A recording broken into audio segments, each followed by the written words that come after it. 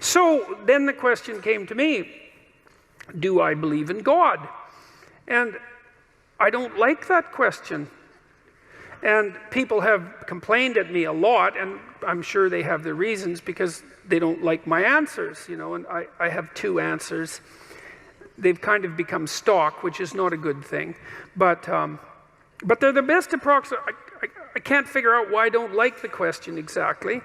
I had three sort of burgeoning hypotheses. One was, it's none of your damn business. That's the first one. So it's like a privacy issue. Like it seemed to me to be a question that was too private to be answered properly. And so, and you know, you could consider that a cop-out, and maybe it is. And then another one was, well, what do you mean by believe? Like, do you mean the words? Do you mean to say the words, I believe in God? Does that indicate that you believe in God? Like, I don't know what you mean by believe exactly, because, and that's got me in trouble too, because, you know, people think that attempting to clarify the meaning of words is an attempt to escape from the question when it's actually an attempt to specify the question. I mean, is what you believe what you say or what you act out? Now, you know, I would say to some degree it's both, but if push comes to shove, as far as I'm concerned, what you believe is what you act out, not what you say. And then, you know, and if you're an integrated person, then what you act out and what you say are the same thing, and then you're a person whose word can be trusted, right? Because what you say and what you do are isomorphic, they're the same thing. But belief is instantiated in action, so I have also suggested that I act as if I believe in God, or to the best of my ability. And people aren't very happy with that either. And then the third is that I'm afraid that he might exist, which I think is the most comical of the three answers and perhaps the most accurate one. But then I was thinking about this today when I was thinking about what I might talk to you guys about. And I thought, well, let's go into this a little bit more. Let's say you do believe in God. Say, I believe in God. It's like, okay, well, that's hypothetically pretty impressive, I would say. It's like you believe that there's a divine power that oversees everything, that is fundamentally ethical, that's watching everything you do, and you believe that. And so what effect does that have on your behavior if you believe it? Does that mean that you're, well, are you all in on your beliefs? Are you sacrificing everything to this transcendent entity that you proclaim belief in? Have you cleansed yourself of all your sin, let's say? Are you making all the sacrifices that you need to make? Like, have you taken the mote out of your eye? No. Or are you in the same situation, let's say, that the Catholic Church seems to be in right now? Just out of curiosity, it's a good time to bring that up, since the Pope seems to be concerned with what's been happening with the Catholic Church, given the endless pedophilic scandals, let's say, which seem rather serious in my estimation, and might have been something that was cleaned up perhaps 100 or 1,000 years ago. And it's being taken seriously perhaps now, and perhaps not, because it's not so easy to determine exactly what it would mean to take that seriously. And you might say, well, are all the people who are committing these heinous actions and then covering them up, if you ask them, well, do you believe in God? What are they going to say? Well, you'd think the answer would be yes, given that they're like priests, and yet, what's the evidence? Well, the evidence isn't exactly so clear that the mere statement, let's say, or the mere acting out of the ritual, let's say, and I'm not trying to denigrate the statement or the ritual, but I'm pointing out that that's no indication of your right to say that you believe. Because you got to, and I think this is why it's bothered me to answer this question. It's like, well, what right do I have to say that, to make that claim? I believe in God. Well, what's the claim? Is that the claim that I'm a good person somehow? Because you'd think that if you believed in God, actually, like seriously, that you'd be a good person, like right now, because well, well, for obvious reasons, I would think. And so if that hasn't happened in some sort of miraculous sense, so that you're the best person you could possibly imagine being on an ongoing basis, and then terrified of deviating from that path in a serious manner, then I don't see why you have the right to say that you believe in God. You know, one of the things Nietzsche said about Christianity, he was a great critic of Christianity, although also a great friend in a very peculiar way, in that sometimes your best friend is the one who points out your weakest properties, let's say. He said as far as he was concerned, there was only one Christian, and he died on the cross. And that's a, you know, perhaps an extreme statement, but one worth giving some consideration to. It's like, well, then you look at what are you called upon? Let's say if you're going to proclaim yourself as a believer, you know. And I thought about this a lot as I've gone through the Old Testament. I did a bunch of lectures last year, and so what are you called upon? Well, you're called upon initially to act out the spark of divinity that's within you by confronting potential with the logos that's within you, which means to take the opportunities that are in front of you, the potential future, and to transform it into the present in the best possible way, using truth and courage and careful articulation as your guide. So that's the first thing you're called on to do. That's a major deal there. That's a tough one. And then the second is to make the proper sacrifices. That's the Cain and Abel story. Is like you want something, you genuinely want it, you want to set the world straight, then you let go of what's necessary and you pursue. You let go of what isn't necessary, no matter what it is, no matter what it is. And then you pursue what's necessary. And then maybe you sacrifice your children to God. That was the story. That's one of the next stories that comes up, of course, and you think, well, that's pretty damn barbaric, and the way the story's laid out, of course it is, but that isn't exactly what it means. It means that what you try to do when you raise children is that you try to do everything you can to impress upon them by imitation and by instruction and by love and by encouragement that they are crucial beings in the world whose ethical decisions play an important role in shaping the structure of reality itself, and that they have the moral responsibility to do that. And you get your ark in order, that's your family, let's say, so that when the storms come, you can stay above water for the 40 days of flooding, and you're capable of leading your people through the desert when the desert makes itself manifest, and you can escape from tyranny properly because you're wise enough to see it. And you take the full burden of being on yourself, all the suffering that's part and parcel of that. You accept that voluntarily, let's say, and you do everything you can to confront the malevolence that's part of you and that's part of the state and that's part of the world. And you make a garden around you. That's the paradise, a walled garden. It's a walled, well-watered place, so the forces of nature and society exist together in harmony, and you place your family in that so that they can live properly. And you treat your enemy as if he's yourself, and the same with your brother. And, well, then you can say, then maybe you can say, maybe then you have the right to say that you believe in God. Otherwise, maybe you should think twice about it. Because, you know, there's a line in the New Testament that Christ himself says. Two of them, I should read them too, because they're very relevant to this. I guess I could paraphrase them. A rich man comes up to Christ and says, good leader, good Lord. And he asks him a question about how it is that he should be a good person. And Christ says, don't call me good. There's no one that's good but God. And, you know, that's worth thinking about. I mean,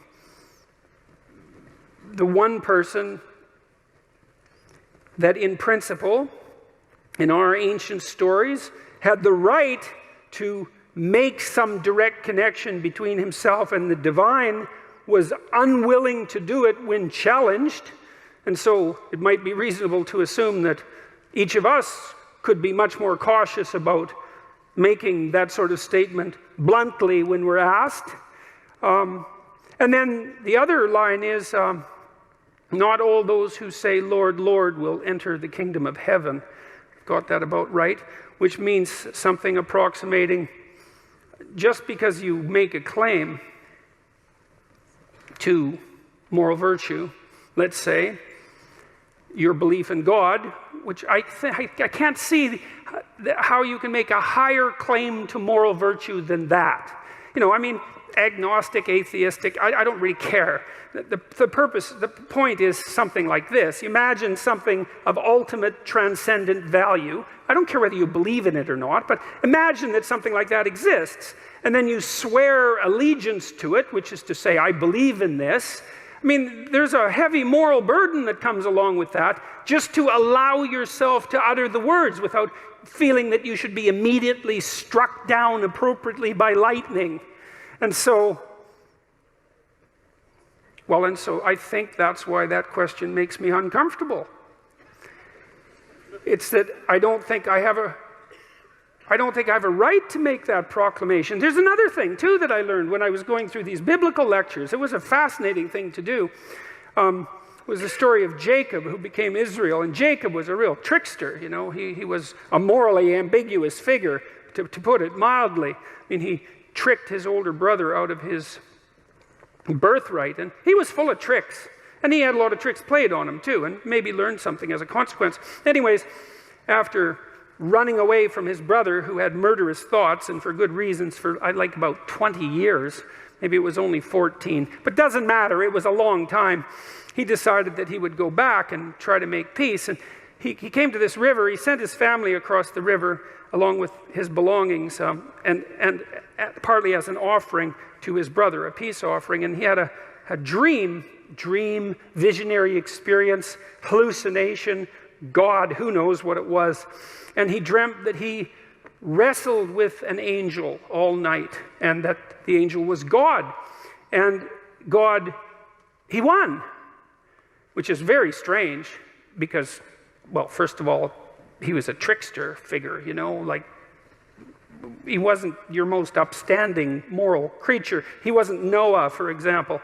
And second, well, it was God, It's like, if you're going to wrestle with someone and lose, there's an opponent that's likely to take you out. And he did damage his hip. Which isn't not that impressive an accomplishment on God's part, in my estimation. But and it's a very interesting story, because what it does indicate, what's so cool about it, you see, Jacob's name is changed at that point to Israel. And Israel means those who wrestle with God. And that blew me away. That's one of the things I love about studying old stories, is now and then you come across a piece of one, and you see into it. You see down into the depths that characterizes it. It's very difficult, but it happens sometimes, and it just flattens you. To think that if Israel is the chosen people of God, that's the hypothesis, and what Israel means is those who wrestle with God, then think that seems to me to be such a hopeful idea, because, well, everyone does that to some degree. You do that in your life because, well, you don't know what's of fundamental transcendent worth, because who the hell are you, and what do you know? You're struggling all the time with, well, I would say with good and evil. When you're struggling with yourself, you're struggling with the world. To portray that as wrestling with God, that's perfectly reasonable from a metaphoric perspective. And the idea that that's what characterizes the true people of God is that willingness to wrestle. That's really something, because it kind of indicates that you're here as a contender, You're not here to be happy. You're not here to be complacent. You're not here to be materially satisfied. Not that that would be possible anyways, but that you're here to contend with the structure of reality, right? And that's what'll satisfy you, because there's something to you. You're not weak and nothing. There's something to you. There's certainly something malevolent and terrible. You know that. You look at how people behave. You look at the blood and catastrophe of our history. You can certainly see the absolute the absolute hellish depths of the human soul, but there's something that takes root in that and grows up out of that that's absolutely magnificent beyond belief, and that's looking to contend. You know, and I've often thought that I've been fortunate in my marriage, because you think, well, you get married and you live happily ever after. It's like,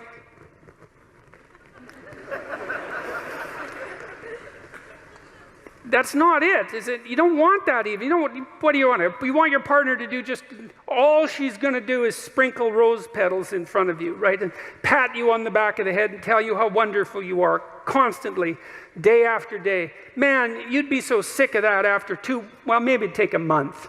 But let's say 2 weeks. You'd be, because you know, she should be more on the side of who you could be than on the side of who you are. And if she's deluded enough or terrified enough to worship you in your current form, then, well, that doesn't say much for her. And it certainly isn't very helpful for you. You want someone that's going to get in the way now and then, you know, and to contend with. And I've been fortunate in my marriage because I have someone to contend with. You know, we have our discussions, and they're not easy. Well, partly because we have hard problems to solve, because life is full of hard problems. I want someone who will stand up, you know, and have her say, even if it's not what I would say. And maybe I'm even willing at times, because she's quite intuitive and a good dreamer, and I'm more facile verbally. And so we have to be careful in our relationship, because if I'm in a particularly ornery mood and she has something to say, I can usually slice up her arguments verbally. You know, and that's fine as far as I'm concerned, because I get to win. But it's stupid. Well, it's stupid. It's, first of all, that doesn't mean I'm right. It just means I can formulate verbal arguments slightly faster than she can. But her intuitions and her dreams are often extraordinarily accurate.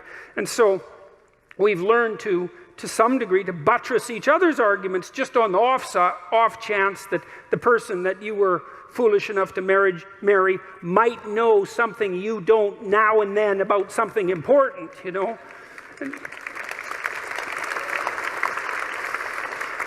And so what do you want? Well, you want someone to contend with. And then it's an adventure, you know, and then you have someone that you love and that you respect. And that's not a bad combination for longevity of relationship. And then maybe if you have someone that you love and respect and that you can communicate with, then your children also love and respect her or him. And then that's pretty good for them, because they've got some parents that they could love and respect. That's a good combination. You know, it solidifies their life.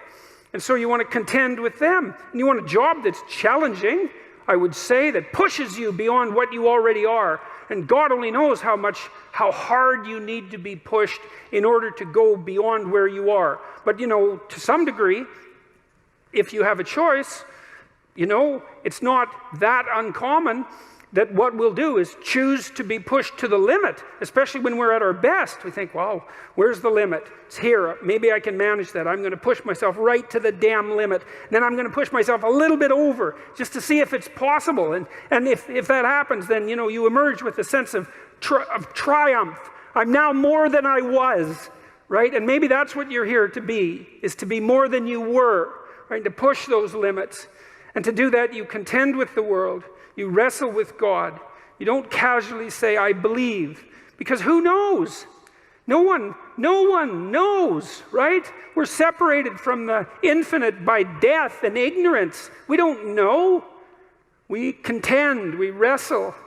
You know, and in that maybe we find our destiny. At least we find our purpose. We find something that justifies us to some degree. You know, if I'm awake at night wondering, and I think, God, you know, like I pushed myself as far as I could in this effort, whatever the effort that I'm considering happens to be. I pushed myself. I don't have a weight on my conscience because I let something go or I failed to accomplish something. I mean, I do often have those sorts of weights. I'm talking about the rare times when I don't. It's like, well, there's something that's where there's some atonement and some peace as far as I'm concerned, where that contending and that wrestling has been successful. And I would say that insofar as you're deeply involved in that, like completely involved in that, thoroughly involved in that, then you have the right to say that you believe in God. And since I'm not like that 100% of the time, or even approximating the percent of the time that I would like to be like that, despite my best efforts, then when people ask me, I'm not going to say something virtuous like I'm a believer, because there's plenty wrong with me that needs to be fixed before I would dare utter words like that. Thank you.